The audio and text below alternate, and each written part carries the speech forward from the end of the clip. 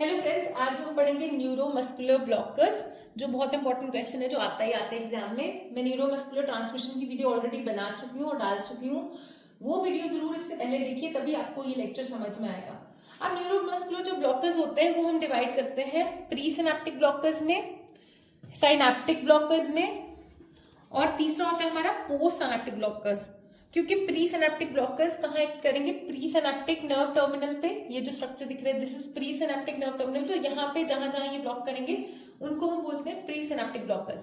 Synaptic blockers कहाँ act करेंगे? They act in the synaptic left, ये जो जगह दिख रही है आपको। और पोस्ट सिनेप्टिक ब्लॉकर्स कहाँ एक्ट करते हैं? On the post synaptic membrane. ये जो पोस्ट सिनेप्टिक मेम्ब्रेन है, पोस्ट सिनेप्टिक ब्लॉकर्स यहाँ पे एक्ट करते हैं। तो चलिए हम स्टार्ट करते हैं प्री सिनेप्टिक ब्लॉकर्स।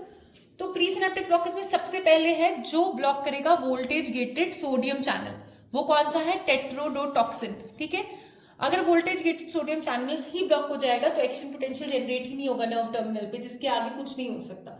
तो first pre synaptic blocker is tetrodotoxin which inhibits your voltage gated sodium channel. Second pre synaptic blocker है conotoxin which blocks your voltage gated calcium channel. हम सबको पता है calcium influx is very important for exocytosis of vesicles.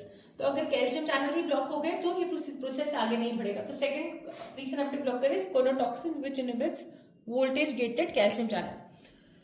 Third pre synaptic blocker is hemicholinium. Hemicholinium ये क्या block करता है? ये ब्लॉक करता है कोलिन ट्रांसपोर्टर को। हमने पढ़ा था कोलिन आता है एक्स्ट्रासेलुलर फ्लूइड से, तो अगर कोलिन ट्रांसपोर्टर ही ब्लॉक हो जाएगा तो एसिटाइलकोलिन ही नहीं बनेगा।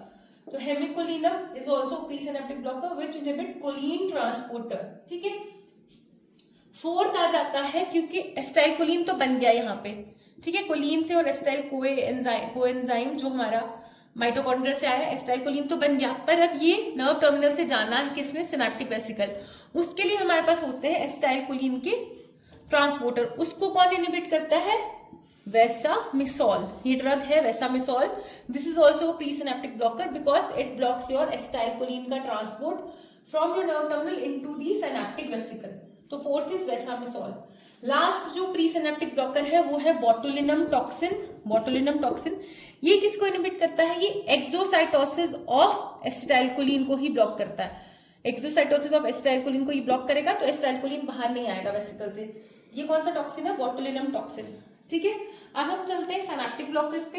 सिनेप्टिक ब्लॉकर्स में क्या होगा? जो हमें पता है सिनेप्टिक लेफ्ट में एक ही कंस्टिट्यूएंट है which is your acetylcholine esterase enzyme, जो किसको इनहिबिट करता है? एसिटाइलकोलिन को। ये एंजाइम एसिटाइलकोलिन को इनहिबिट करता है। तो सिनेप्टिक ब्लॉकर्स क्या होंगे? Which will inhibit this enzyme. तो कौन सा है? Choline esterase inhibitors.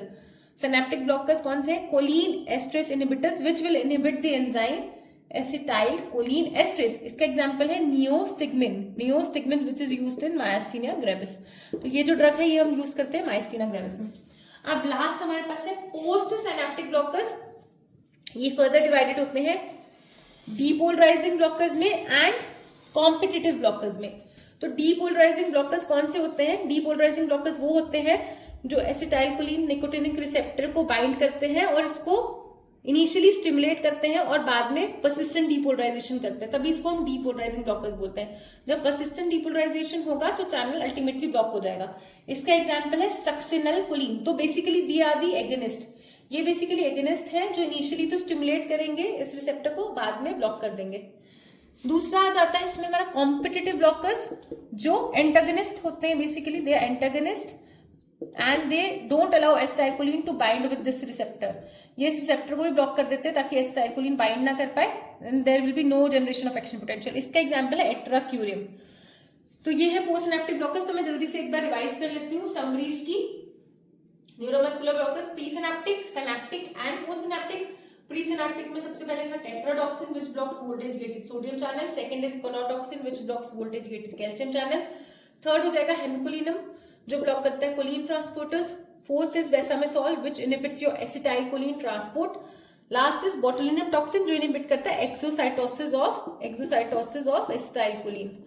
Synaptic blockers में एक ही है choline एस्ट्रेस inhibitor which inhibit acetylcholine esterase enzyme, जिसका एग्जांपल है नियोस्टिग्मिन।